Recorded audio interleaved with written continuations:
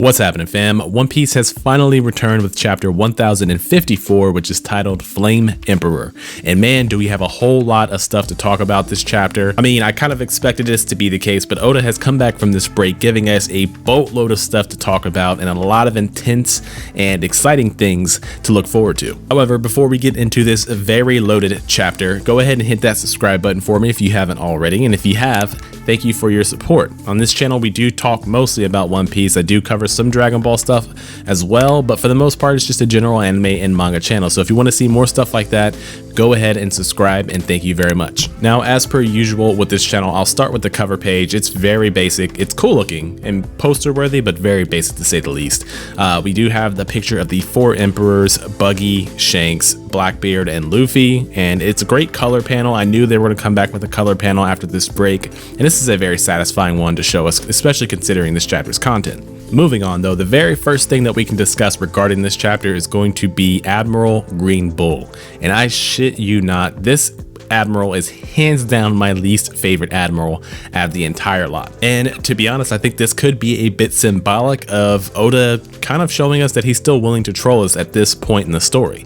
I know that Green Bull, especially when Wano started, was a very hyped concept. Everyone was excited for the reveal, and then for him to turn out to be this big of a world government fanboy and so disrespectful to the countries that aren't allied with the world government. And I believe that the unlikability of this character does serve as a double-edged sword of sorts. It does allow Oda to troll us who were expecting Green Bull to be this cool and likable character, but at the same time it also gives Green Bull an aspect to his personality that sets him aside from all the other admirals. I mean, I won't say at this point that he's kind of a clear-cut character, as we don't really have a good understanding of what his type of justice is like we do with the other admirals, but it is clear that Oda does not want him to be likable, and in some cases, especially with the previous chapter, he comes across as a bit of a brown noser. And not just a brown noser, but he also shows a tiny bit of elitist morality when it comes to how he looks at people outside the world government's purview. As we see with his lines in this chapter, he speaks about being pro-discrimination, or saying at least that discrimination brings solace or comfort, and then we see that he doesn't even believe in human rights if the people he's dealing with aren't associated with the system that he is a part of. And to be honest with you, as much as I dislike this character and would love to see him die here with this fight with the Scabbards, Yamato, and Momonosuke, I have to say that he's a well-written character. It does set him apart from all of the other admirals that we've seen so far, and this is a good narrative storytelling technique by Oda, because when you go back into other pieces of media where you see military or, you know, authoritarian figures, typically when you get to the top brass, they seem to be kind of run-of-the-mill, if not directly similar to each other in terms of their personalities and goals. Whereas One Piece, when we get these high-ranking admirals, the differences between their personality, the differences between their justice styles, and the differences between how they treat people are just night and day. So in terms of personality, good on Oda for that. I don't like the character, but one thing I will have to say is that his powers are probably amongst one of the best in the world of One Piece. And I'm not just saying that because he's an admiral. As we can see here, he's able to hold his own against majority of the Scabbards as well as Yamato and Momonosuke. Now, I do have a lot of thoughts about this character and his odd devil fruit powers, but I'll talk about that in a separate video that I should have out by next week. But for now, we'll move on to the next topic, which is going to be Momonosuke, his retainers, and Yamato. In terms of the retainers or the Scabbards, they're doing well, holding their own against Green Bull, although it is a team effort. In terms of Momonosuke, we have a bit more to talk about, as this character's growth is really on display for this chapter. This kid is an 8-year-old kid, and he has taken on the position of Shogun of Wano, and he seems to be doing it some justice in this chapter. He took on his dragon form and is challenging Green Bull and standing up for the oath that he made to the Straw Hat Pirates. And to be quite honest with you guys, I would have been very satisfied with what we've seen from Momonosuke so far when it comes to the end of Wano, but this really is just laying it on how important this character is going to be to the story going forward. Obviously, as we can see here, he's still yet to fully grasp the power that he has in his dragon form, as we kind of get this laughable scene of his blast breath just being a puff of air. But I think eventually he will get to that point, and maybe by the end of the story, or possibly even the final conflict with the world government, he will fully have mastered all of the abilities that come along with being a duplicate of Kaido. And despite the fact that he seems to be having so much trouble with Green Bull during this fight, he still insists that Yamato doesn't fight. fight. Now, while we don't get the reasoning for why he says that in this chapter, I think our best guess as to why he wishes Yamato to stay out of the fight is because he intends for Yamato to set sail with the Straw Hat Pirates, and potentially losing her life or getting injured before that happens could delay the Straw Hats in their departure. Now, to be clear, I don't believe that Green Bull is going to lose his life or even be defeated here. My best guess is that the Scabbards, Yamato, and Momonosuke will hold him off long enough for Yamato and the Straw Hats to set off before he can get to Luffy.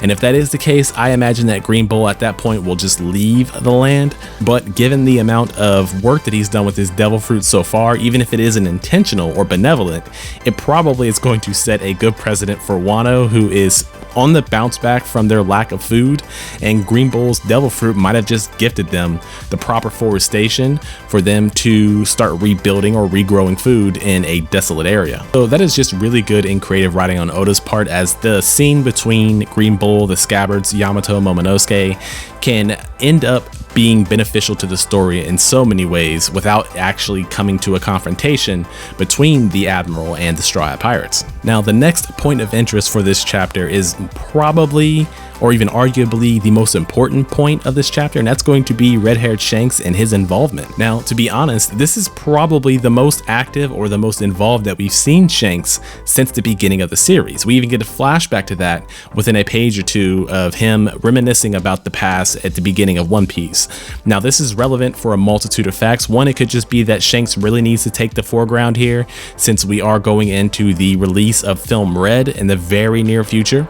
But at the same time, it also does show us that there is a progression towards the end of the One Piece story, as instead of him pursuing Luffy or meeting up with Luffy, despite the fact that he's right outside of Wano, he instead gives the reveal that he's about to go pursue the One Piece for himself. This is mind-blowingly important, as we know that Luffy is on the path to the One Piece. He's also declared that he wants to defeat all of the Yonko, and the only one left, at least from the point where he declared it, is going to be Shanks and Blackbeard. And with this reveal, that means that he is a direct obstacle to the Straw Hat Pirates and their overall goal. Now, in regards to Shanks, the flashback with Luffy isn't the only flashback that we get. We also see the moment where he decided to go steal the Devil Fruit, or the mythical Zoan fruit, from the CP9. Now, in this chapter, we do see the moment he decides to steal it, but we don't get the actual reasoning as to why he was willing to risk his crew to go get that fruit. Now, as for why, I did do a theory a short while back postulating that he stole that fruit because he knew the Sun God fruit was incredibly important to the overall world of One Piece. In particular, it is an anti-government fruit of sorts, and as such, I believe that he wanted to give it to Ace. So if you haven't seen that video, go ahead and watch it. It is a quick breakdown of why Shanks and Luffy met in the first place. But even if I'm wrong, it should still be very exciting to see the completion of this flashback, because if I'm not mistaken, we didn't even get a chance to see who's who in the short flashback that we got. So when it comes to Shanks and the red-haired pirates, we don't get a whole lot of insight as to what's going to be going on or how active they're going to be, but I'm just excited about the concept of them becoming much more active in the story, or possibly even becoming an antagonistic force against Luffy. Moving on though, the next topic that we need to talk about are the reveals that we get from the behalf of the Navy headquarters and Marijois in the events of Reverie. And man, the information that we get from this point of the chapter to the end is just loaded with a lot of things to talk about and to speculate about. For starters, we get the confirmation that the person who died is actually Nefertari Cobra. And I gotta say, a lot of the One Piece community pretty much predicted this, as we can't really see Vivi dying before she gets to reunite with the Straw Hats. So within the first page at the Navy headquarters, we do get the reveal that Cobra is dead, as well as Sabo is being blamed for said death. But within that same page, we also get a reveal of a bit of information that could be very important to the One Piece story going forward, and that is the fact that of all the people in Reverie who are present, the only blood descendant of the 20 kingdoms or the 20 monarchies who founded the world government was Cobra himself. So that could be an indicator that the remaining royal families are all just essentially turned into spoiled brats who are uninvolved with running their kingdoms, or running their kingdoms through puppet monarchies, it would appear that this disconnect could be the fuel that's necessary for some of these kingdoms to rebel. And speaking of rebellion, we have learned that there are 8 kingdoms who are currently in the process of rebelling against the world government. Now, to be clear, I'm not sure if there is a discernible difference between the terms kingdom and nation when it comes to the world of One Piece, but we know that this is some important information when we see the reveal that there is an 8-nation rebellion. And that word or that phrase is actually in bold text, so it's clear that Oda wants us to pay attention to it. And to emphasize even more exactly how important this 8-nation rebellion is, we know the number 8 is an important concept when it comes to the world of One Piece. We can look back at that figure in Ohara that shows the world of One Piece, and it shows that there are potentially 8 moons revolving around the world. And if we look at the Kozuki crest, when it comes to the big moon in the center, there are 8 bodies surrounding it. So I think going forward, the number 8 is going to be important when it comes to the overall story of One Piece, but I guess we'll just have to keep our eyes peeled to see if there's anything we can break down or understand coming from this number, or how it's going to be relevant to the potential overthrow of the world government. Heck, speaking of said overthrow, the last topic of this chapter that we need to talk about is going to be the Flame Emperor himself, the namesake of this chapter, Sabo. And this guy has been elevated to near god status due to the events of Reverie, which I'm assuming, but at the same time, if these nations had the seeds of rebellion planted in them before with the help of Dragon and the Revolutionary Army, it's possible that he was growing to this path of reverence already. And if we think about this character's relevance to the overall One Piece story, yes, sure, he is Luffy's brother, and that could be a catalyst for Luffy to really want to butt heads with the world government if they decide to go after Sabo proactively. But at the same time, what he represents in the Revolutionary Army is something fairly unique. He not only is Dragon's number 2, but at the same time, he himself is of royal or noble blood. I said or because I'm not 100% sure whether or not his family is amongst one of those puppet monarchies, but at the same time, he has to have some knowledge of the inner workings of how these people work. And heck, he's even been at the receiving end of just some plain dastardly actions from the world nobles. What's more, not only is he now revered as a god amongst the rebelling nations, but at the same time, he also freed Kuma. Now, when it comes to Kuma, there is a lot of questions we still have about this character, but he is no longer under the slavery of the world government, but from what we can tell, it seems like he's been returned to the Revolutionary Army.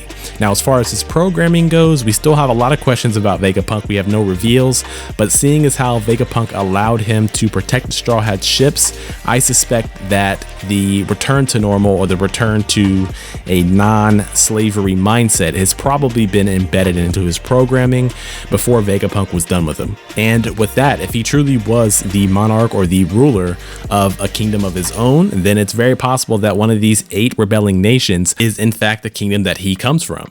And this could also bring Jewelry Bonnie into relevance toward the end game of the story, if not directly putting her in contact with the Revolutionary Army. So there's just a lot to talk about and a lot to speculate about there. What this means that Kuma has finally been freed from the world government, but at the same time, the Revolutionary Army is proactively moving against the world government, whereas previously they just kind of been sowing the seeds of discontent within nations who were not happy with their status quo. So I think from this point forward, we can expect Luffy, his brother, and his father to be the 3 most wanted people in the world. Now, in regards to the assassination attempt, my best guess as to who would want to assassinate Saint Charlos is either going to be the Merman, King Neptune and his sons, or Jewelry Bonnie. Now, I say those 2 characters because Jewelry Bonnie is the only person aside from the fishmen who have a history with this guy, referring to the moment where she stopped Zoro from killing him after a transgression. And then we have the King Neptune situation where he tried to kidnap and enslave Shirahoshi, as well as shooting Hachi and starting the event with Luffy in the Sabaody arc. Now, we know that Mosgard saved Shirahoshi from certain slavery, from bashing Saint Charlos in the head with a spiked club. So it only makes sense that if someone justifiably tried to assassinate Saint Charlos, that Mosgard would naturally let them flee. So even though the assassination attempt is arguably the least important reveal that we get from this chapter, it probably is going to lead to a much more important side story in regards to who attempted this assassination and how that assassination attempt is going to affect them and their wanted levels going forward. So there you have it. I've hit all the specific points about this chapter that I wanted to talk about and discuss. If I had to give this chapter a rating, I'm going to easily give it a 10 out of 10. It's just an amazing chapter. We get a little bit of action, we get a lot of information, and it's well worth the month-long wait that we've had leading to this moment. It really gives us a sense of finality about how this story is finally moving toward its conclusion and how everything seems to be escalating and how all of these plot lines are starting to be tied together. Now, we do have official confirmation that Wano has not technically ended. The major conflict with Kaido and Big Mom is done and over with, but Wano is still moving on and we still have things to do and to cover in this story. So I do feel that like when Wano is finally done and over with, then we will fully be picking up pace, picking up steam, and moving toward a conclusion for the One Piece story. I think Oda is kind of making it a bittersweet point with this chapter that things are really coming to a head and that a lot of storylines are going to be wrapped up soon, if not converging into one grand conflict. And I gotta say that Oda is just flaunting his amazing writing ability, at the very least his world building ability, by showing us so much stuff, bouncing around so much in this chapter, yet still having it feel like a cohesive story or feel like it is just a spark to something that is going to be a raging fire here very shortly. So there you have it, guys. Chapter 1054 of One Piece is an easy 10 out of 10 for me. That's all I really got for this video. It's gone on long enough, and I do have a lot more videos planned for One Piece coming up here very shortly, as all the stuff in this chapter has just kind of got the wheels turning, and there's a lot of things that I want to talk about. So let me know in the comment section down below what your favorite part of this chapter was. Was it Shanks? Was it Momonosuke? Was it Green Bull? Was it the whole events at the Navy headquarters? What is the hype moment for you? If you haven't already, be sure to like, share, and subscribe. I would greatly appreciate that, so that way you can stay tuned for more One Piece content and I can be motivated to keep making more. Thanks again for tuning in. My name is John from AFA. I'll catch you guys in the next video.